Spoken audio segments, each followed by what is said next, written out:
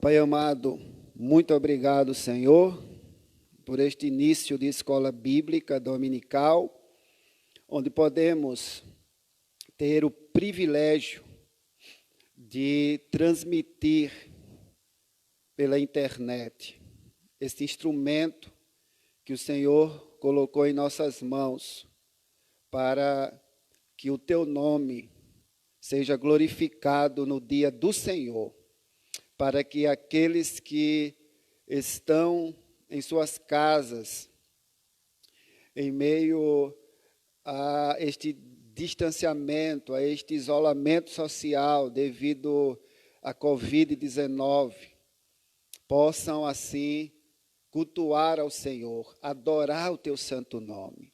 Abençoe todos os irmãos e as irmãs, todas as famílias que estão agora participando, cultuando ao teu santo nome. Que o teu nome seja glorificado nesta manhã. Recebe estes louvores, Senhor, como aroma suave às tuas narinas. Que o teu Espírito Santo esteja em nosso meio, em nossos corações, iluminando as nossas mentes, para que possamos entender o estudo nesta manhã. Vai ao encontro daqueles que estão enfermos, daqueles que estão desempregados, que estão enlutados. Abençoa o nosso país, o nosso planeta. Ó Deus eterno, que esta vacina contra a Covid-19 seja de fato feita para a glória do teu nome. Abençoa os pesquisadores, os cientistas, que o Senhor ilumine-os para achar esta vacina. Muito obrigado, Senhor, pelo teu povo que se reúne em seus lares para adorar o teu santo nome. É assim que eu te rogo em nome de Jesus. Amém. Amém. Podeis assentar, meus irmãos, aqui.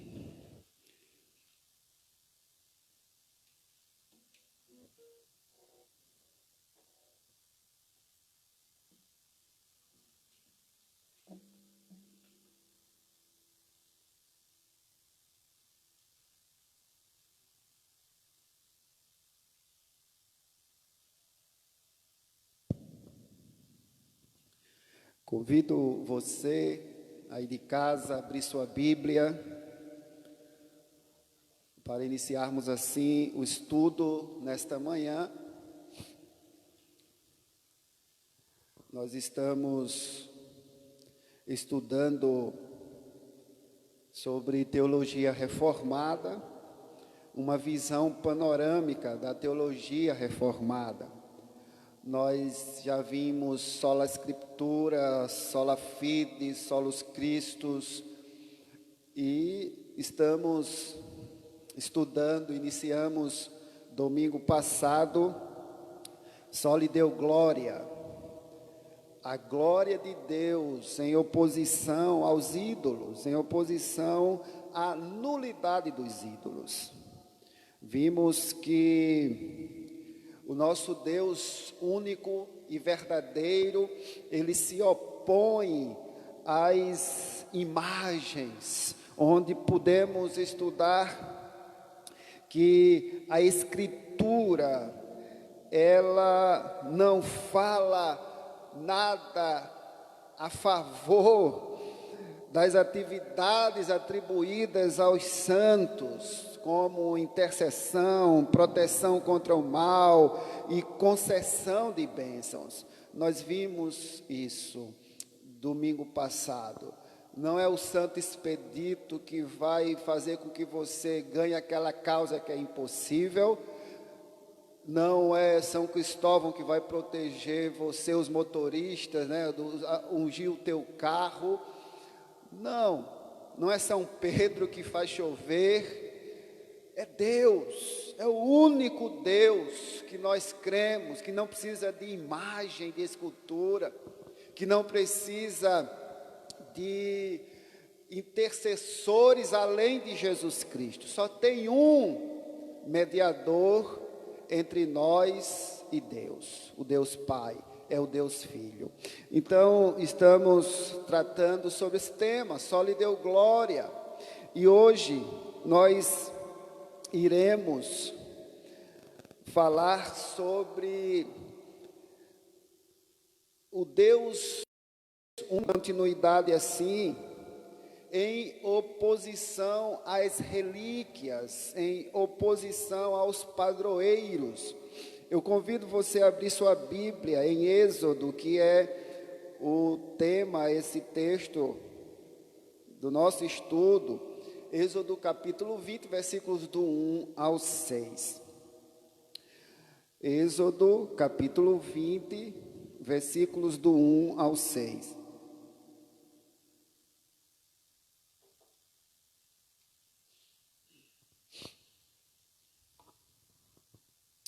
Temos aqui os 10 mandamentos. Então falou Deus todas estas palavras: Eu sou o Senhor teu Deus, que te tirei da terra do Egito, da casa da servidão. Não terás outros deuses diante de mim. Não farás para ti imagem de escultura, nem semelhança alguma do que há em cima nos céus, nem embaixo na terra, nem as águas debaixo da terra. Não as adorarás, nem lhes darás culto, porque eu sou o Senhor teu Deus, Deus zeloso, que visito a iniquidade dos pais nos filhos, até a 3ª e 4ª geração daqueles que me aborrecem, e faço misericórdia até 1000 gerações daqueles que me amam e guardam os meus mandamentos. Queridos irmãos, queridas irmãs, você, amigo e amiga aí da internet, que está nos vendo, que está participando deste culto, deste estudo bíblico, nós temos um Deus único, e esse Deus único que nós temos, ele faz oposição às relíquias, ele faz oposição aos padroeiros, e uma extensão da adoração aos santos é justamente a adoração às suas relíquias. E o que vem a ser relíquias? Relíquias, queridos irmãos e queridas irmãs, são objetos pertencentes ou supostamente pertencentes a cristãos piedosos do passado, que no decorrer do tempo foram canonizados. E entre essas relíquias encontramos fiapos de roupas, retalhos de mantos, pedaços de unhas e dentes, fios de cabelos, ossos e vários outros objetos e pedaços do corpo. Como, queridos irmãos, em nenhum lugar a Escritura fundamenta este tipo de adoração. Em nenhum lugar a Escritura ordena que seja realizada esse tipo de adoração. Nem atribui alguma promessa a ela, nem dá exemplo que deva ser seguido. A teologia reformada considera, queridos irmãos, esse tipo de adoração como uma superstição religiosa. No governo do imperador Constantino, começou a ocorrer a exumação de cadáveres de cristãos piedosos para que fossem enterrados estes cadáveres em lugares mais vistosos. E isto foi ordenado pelo próprio imperador. Por quê? Porque ele queria, irmãos, que as solenidades das religiões pagãs fossem assimiladas pelo cristianismo, para fazer assim com que a religião cristã, ou seja, o cristianismo, tornasse mais aceitável aos pagãos. Veja aqui que o erro já vem lá de muito antes. lá de muito tempo atrás. Você há de convir comigo, há de concordar comigo, que no meio evangelical, no evangelicalismo brasileiro, nós observamos tais práticas também. Nós não estamos aqui falando da história da igreja, estamos vendo que isto é fato, foi fato, isto aconteceu. Pessoas que adoravam pedaços de pau, de dente, de ossos, de mantos. E hoje, infelizmente, no evangelicalismo brasileiro, muitos líderes, com seus lenços suados, atribuem poder. Não é diferente no meio evangelical. Você pode observar estes erros em muitos arraiais evangélicos, que autodenominam-se evangélicos. Líderes usando destes artifícios, vendendo o cajado de Moisés, o martelo, vendendo o manto de Elias, vendendo o lenço ungido, a rosa ungida, o sal grosso, o pouquinho de água do Rio Jordão, levando água mineral para os montes, para consagrar, e descendo para vender. E, infelizmente, há muitas igrejas que dão aquele jeitinho na sua liturgia, na sua maneira de conduzir o culto, para atrair os incrédulos, para atrair os pagãos. Irmãos, não há unidade, não há de fato ecumenismo, ou seja, um mesmo governo, uma mesma união, se não está fundamentada na verdade, que é a palavra de Deus, que é o próprio Deus, que é o próprio Filho de Deus. Não tem como haver união se as pessoas não professam a mesma fé em Cristo Jesus. E foi isso que Constantino quis fazer, agradar os pagãos, para que a religião cristã, o cristianismo fossem aceitos. E quando viu os pagãos transferindo com grande pompa, com grande solenidade, os cadáveres de reis, os cadáveres de líderes religiosos que tinham sido sepultados em lugares obscuros, para sepulcros tão esplêndidos que se tornaram verdadeiros monumentos, ele pensou que essa honra devia ser dada aos grandes líderes e mártires cristãos. Vejam só, ele viu os pagãos honrando os cadáveres dos mortos e disse: eu vou transferir isso para os líderes cristãos, para os mártires, para aqueles que morreram testemunhando de Cristo. Porém, queridos, quando os restos mortais desses irmãos começaram a ser exumados e transportados, os cristãos passaram a vê-los como protetores do país, como até mesmo protetores da cidade para os quais os corpos eram levados. Foi daí que surgiu a ideia de santos padroeiros, que passaram a ser invocados, que passaram a ser adorados.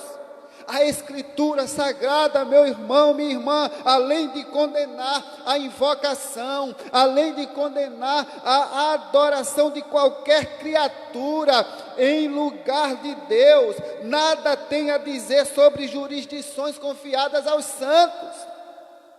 Houve uma época em que as pessoas estavam demarcando os lugares, urinando, demarcando o terreno feito animal. ungindo as suas cidades, urinando ali, demarcando a área e ungindo ali. Absurdo, irmãos, plena heresia. A Bíblia não ensina nada disso. Incrível como o ser humano gosta de ser animal, gosta de ser bicho, gosta de ser coisas, ao invés de ser tão somente ser humano, a imagem e semelhança de Deus. O próprio ser humano se rebaixa de uma maneira tal que é deplorável.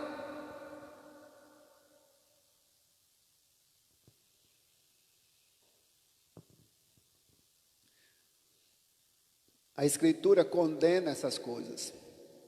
A Escritura, ela condena a invocação, a adoração de qualquer criatura em lugar de Deus, e nada tem a dizer sobre esse tipo de jurisdição confiada aos santos. Ela relata, porém, o sepultamento de crentes piedosos, e a ação de Deus por meio desses irmãos.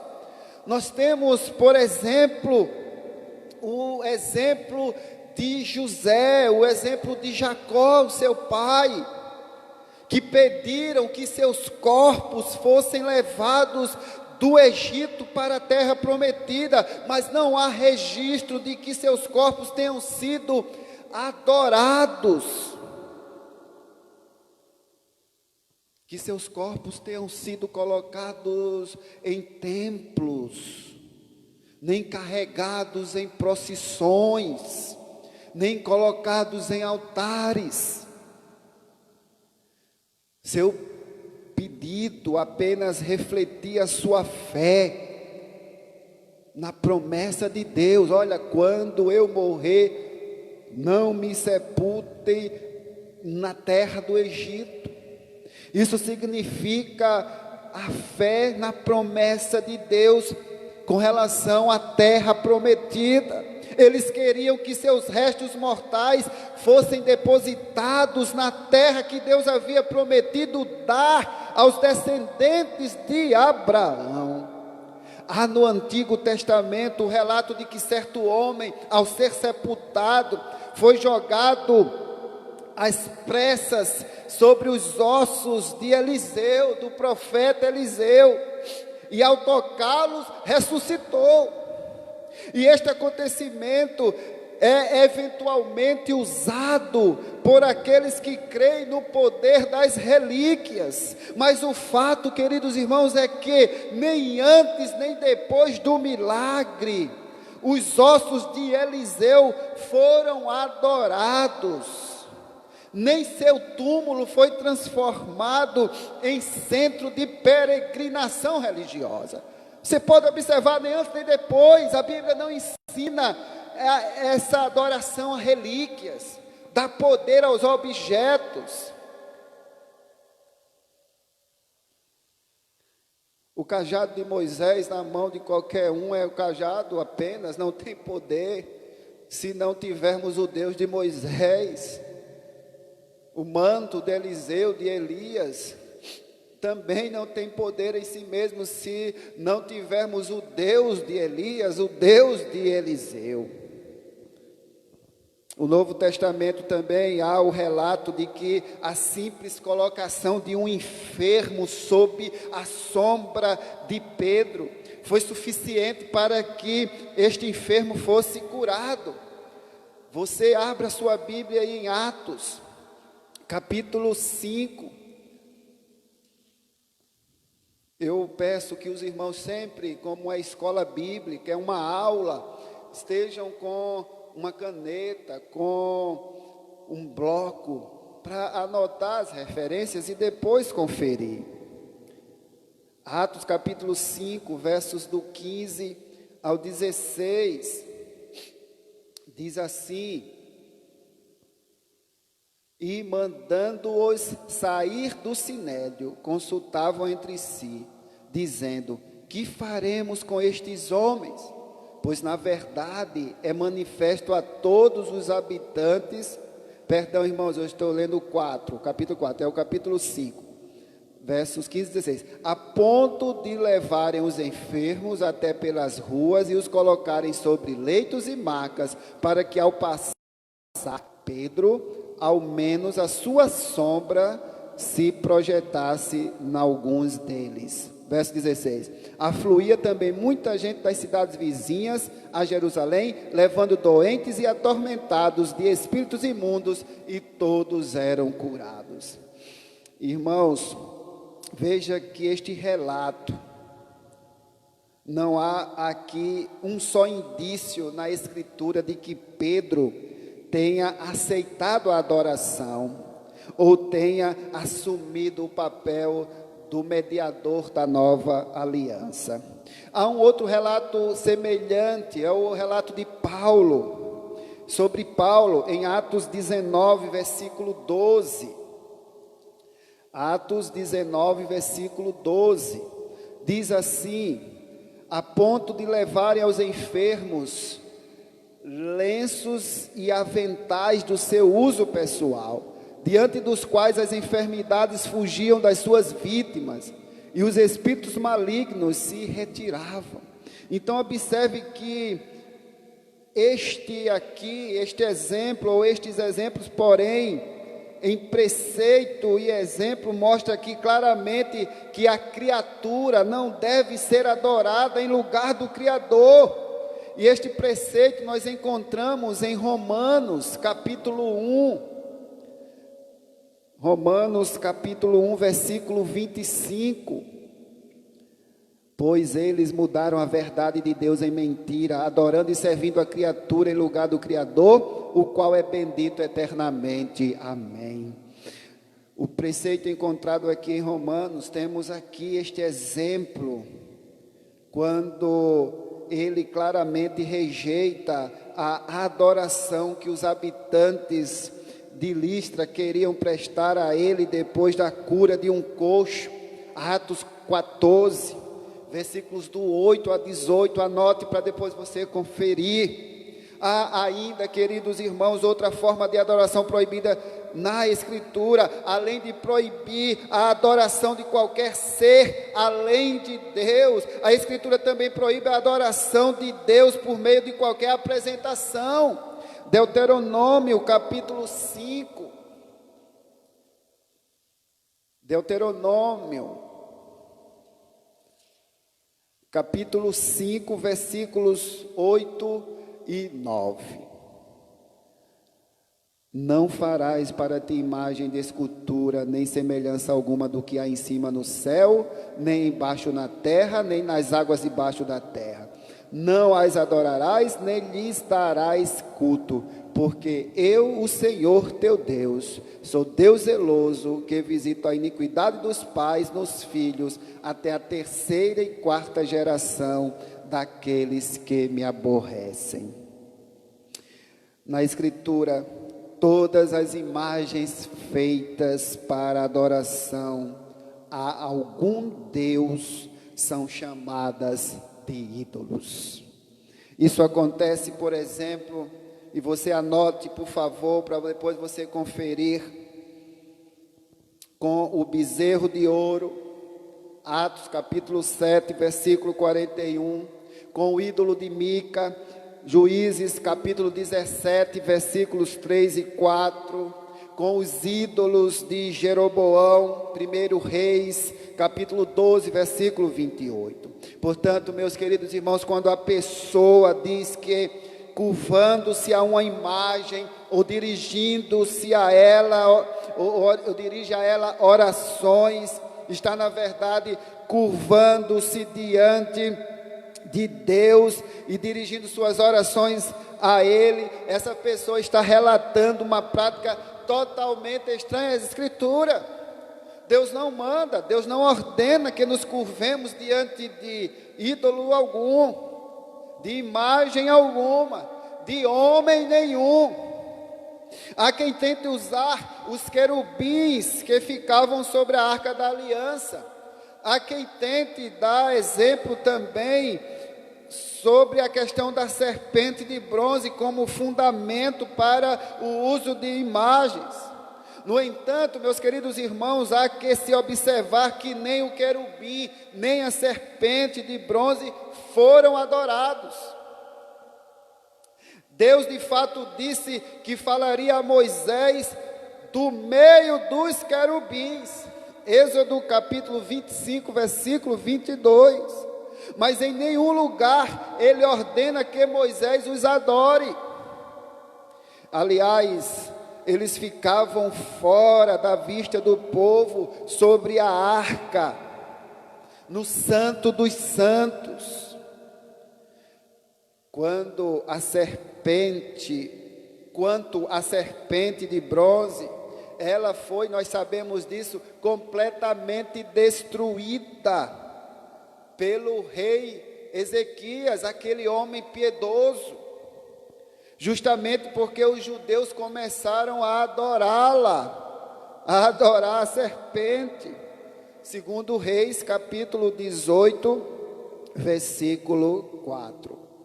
Então Deus, o único Deus no qual nós servimos, Ele se opõe às relíquias e aos padroeiros.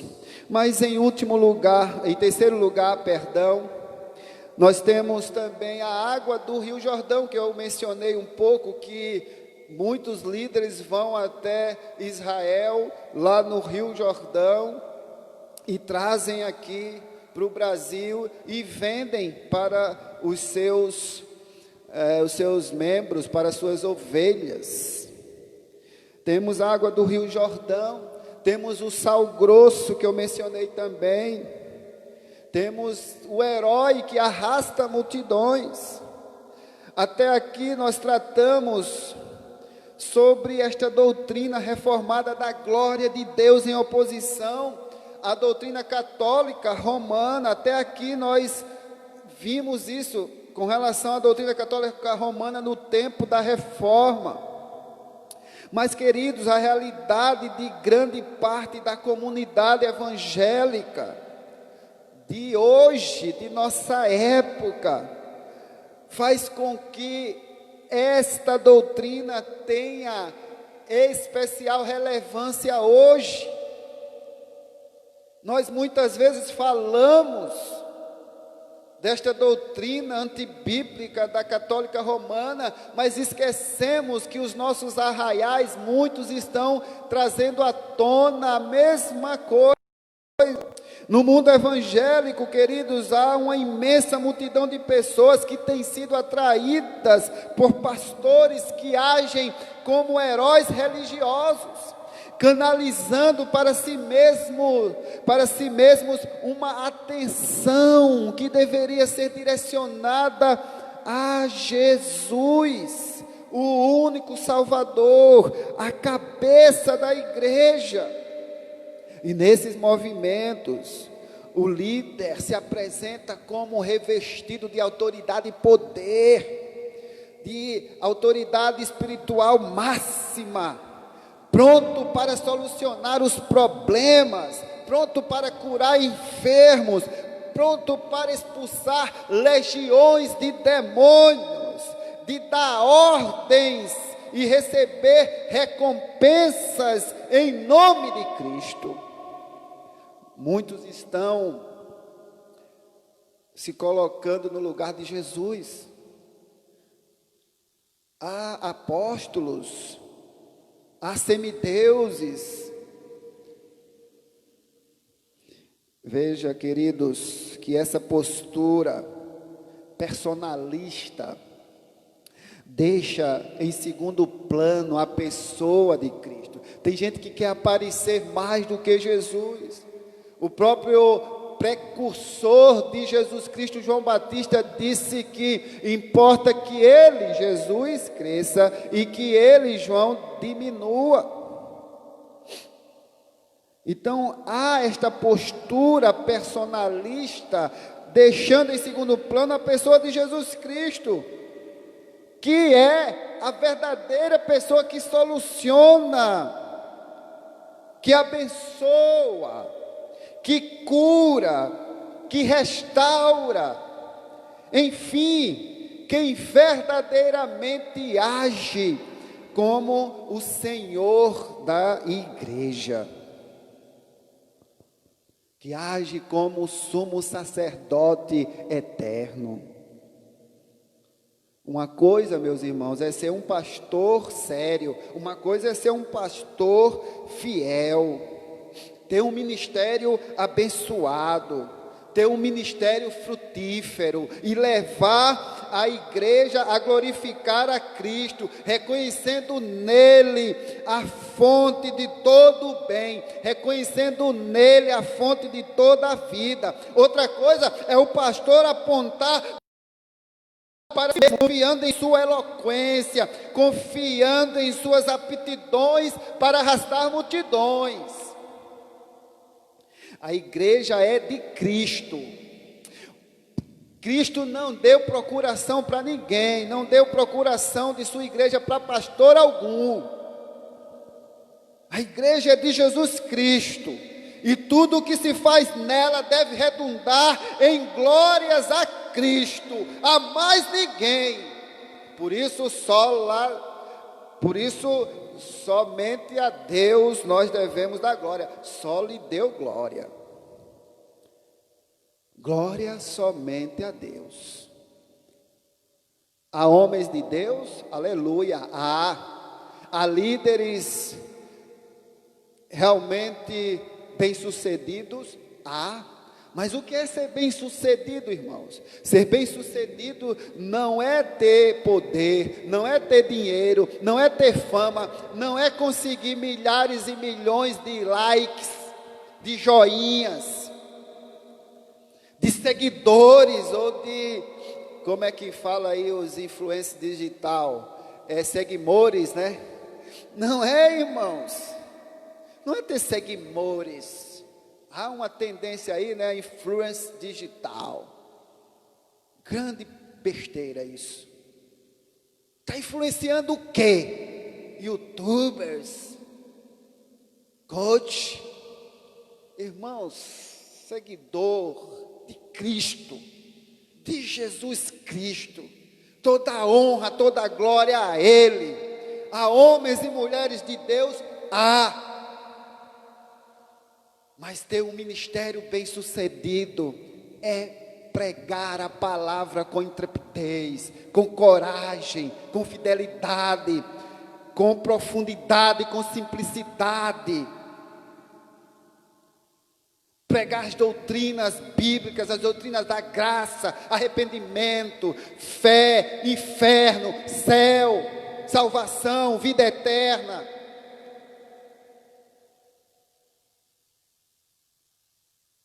Andar com gente piedosa não te torna salvo. Ser filho de pastor não te torna convertido, não te torna salvo. A salvação é individual. A igreja é de Cristo. Toda a honra e toda a glória a Ele. Não é de mais ninguém a igreja. Eu não sou dono de vocês, das ovelhas aqui de Brusque. O dono de vocês é o Supremo Pastor Jesus Cristo, que confiou a mim a tarefa de pastorear vocês, e glória a Deus por isso.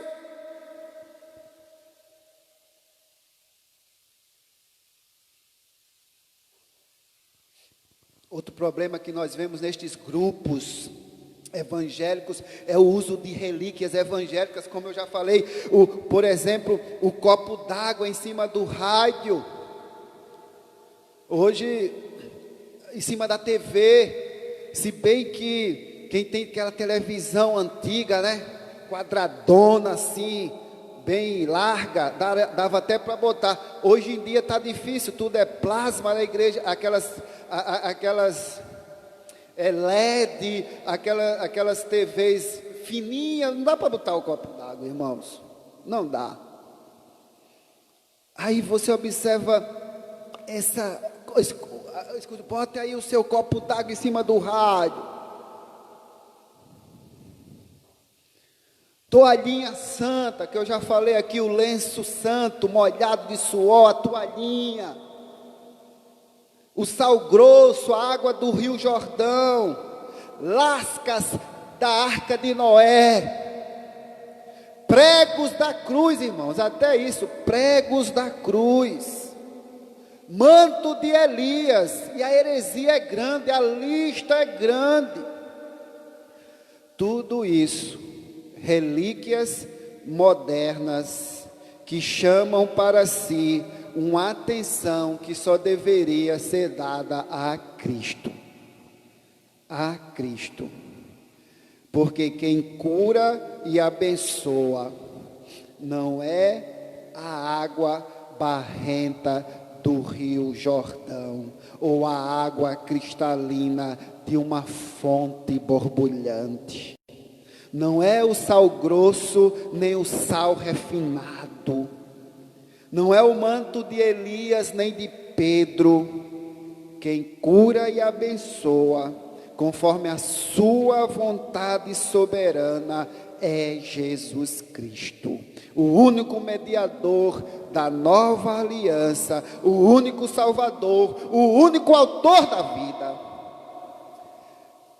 Dito estas coisas, em quarto lugar eu encerro falando sobre a glória de Deus como objeto máximo de todas as coisas. E de acordo com o Catecismo Maior de Westminster, abro aspas, o fim supremo e principal do homem é glorificar a Deus e gozá-lo para sempre. Fecho aspas. Esta é a resposta à primeira pergunta do Catecismo Maior de Westminster. Qual o fim principal do homem? Deus não divide sua glória com ninguém. Isaías 42, 8. E Ele governa a história de modo que em tudo Ele é glorificado.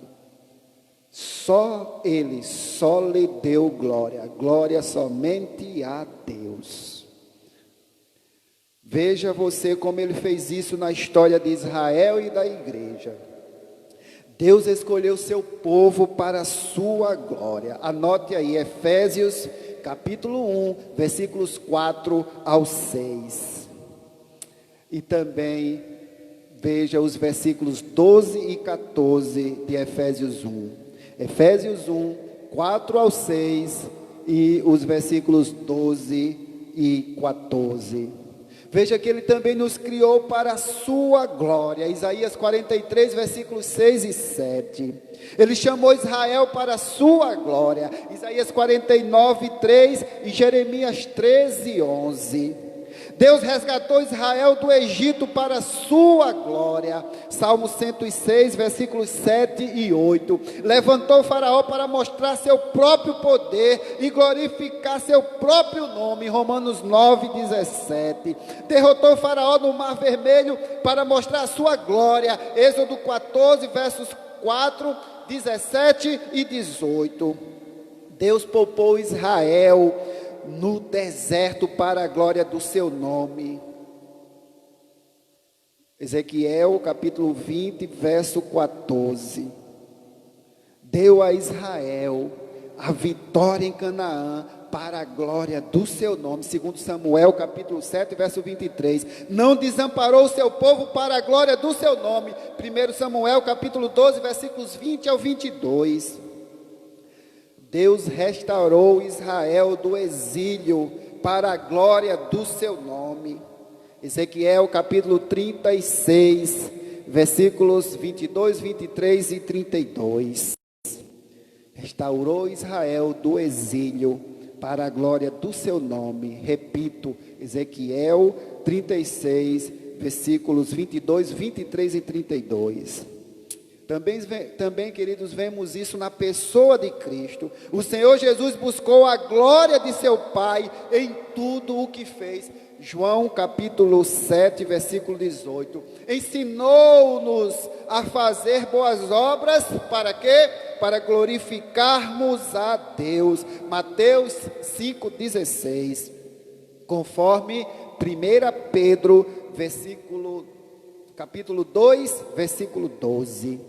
advertiu que não buscar a glória de Deus torna a fé impossível. João capítulo 5, versículo 44. Disse que responderia às orações para que Deus fosse glorificado. João 14, versículo 13. Suportou sofrimentos até o último momento para a glória de Deus. João 12, versos 27 e 28. João 17, versículo 1. João 13, versículos 31 e 32. O Senhor ofereceu seu Filho para vindicar a glória da sua justiça. Romanos capítulo 3, versículos 25 e 26. Perdoou nossos pecados por amor de si. Isaías 43, versículo 25. Jesus, meus irmãos, recebe-nos em sua comunhão para a glória de Deus. Romanos 15, versículo 7. O ministério do Espírito Santo é glorificar o Filho de Deus. João 16, 14. Deus instruiu-nos a fazer todas as coisas para a sua glória.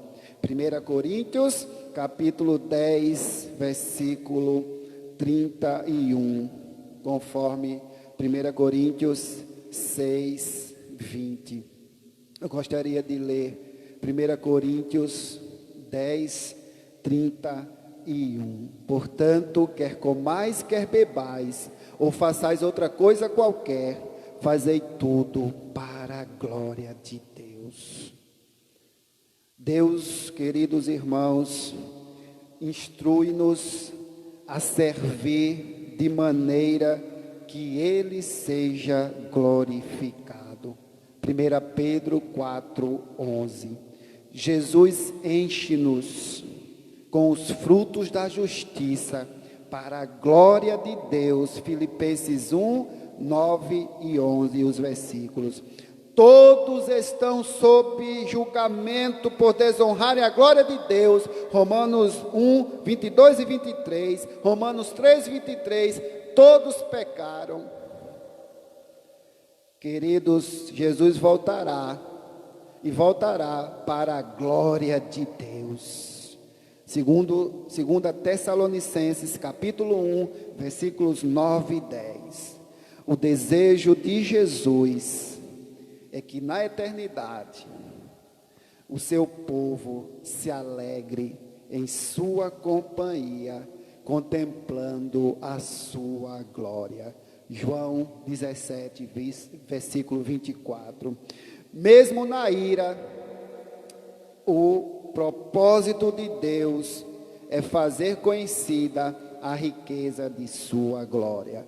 Romanos 9, versos 22 e 23. O plano de Deus é encher a terra com o conhecimento de sua glória. Abacuque 2, 14. Queridos, todas as coisas que acontecem redundam na glória de Deus. Veja Romanos 11, 36.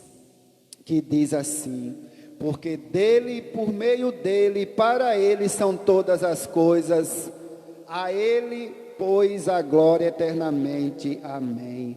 Porque dele, e por meio dele, e para ele, são todas as coisas, a ele a glória eternamente. Amém. Na Nova Jerusalém, a glória de Deus substitui o sol. Apocalipse 21, versículo 23.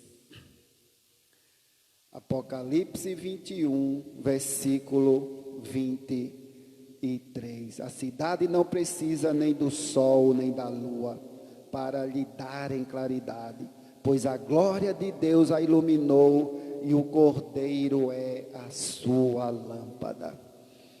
Eu concluo, meus irmãos, dizendo que a adoração só é devida a Deus, só lhe deu glória, glória somente a Deus.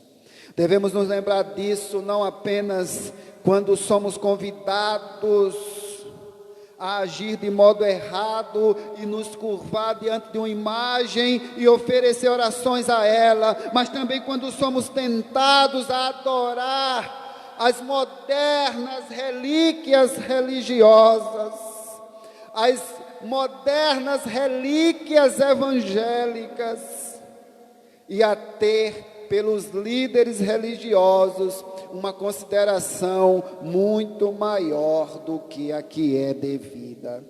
Somente Deus pode ser adorado. Muito cuidado, muito cuidado. Que Deus nos ajude e que nós adoremos só a Ele, só a Ele. Vamos orar. Pai amado, muito obrigado, Senhor, pela Tua palavra que foi estudada, ministrada, e que tenhamos cada vez mais a convicção de que somente a Ti devemos toda a honra e toda a glória. Abençoa-nos em nome de Jesus. Amém. Queridos irmãos, Deus abençoe grandemente a sua vida. Eu louvo a Deus por sua vida, por todos vocês que estão conosco, aprendendo da palavra.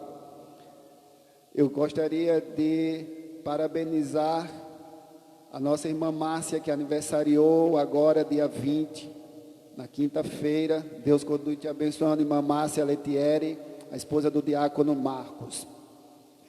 Dia 27, nós teremos aniversário da nossa irmã Senilde, do nosso irmão Wellington, e dia 28 da Ionara. São os próximos aniversariantes deste mês de agosto. Hoje à noite, às 18 horas, teremos aqui no templo nosso culto com a limitação de 30% da capacidade. Você observa que estamos já no templo, inauguramos domingo passado. De fato foi uma bênção. A capacidade aqui em cima é para 150 pessoas, então 45 pessoas. Não tem mais vaga, Dani. Então, irmãos, por favor, não se inscrevam, porque não tem mais vaga. Tá bom? Não temos mais vagas. Então, mas será transmitido o culto online para você que não poderá vir.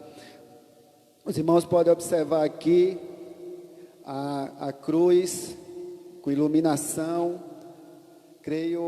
Eu achei que ficou muito bonita. Eu agradeço ao nosso irmão Kleber, o diácono Kleber, que ele quem confeccionou a cruz, ele que colocou aqui a LED, e ficou muito bonito mesmo. Parabéns, Deus continue te abençoando, o diácono Kleber, toda a sua família. Também louvo a Deus pela vida do irmão Gelson, que sempre esteve à frente da construção, comprando prego, desde o pequeno material até o maior, e metendo a mão na massa também. Então, eu louvo a Deus pela vida do irmão Gelson e de todos os irmãos que estão na linha de frente também, metendo a mão na massa, contribuindo. Que Deus abençoe a todos vocês. Deus abençoe, queridos. Tenham um abençoado domingo em nome de Jesus. Tchau.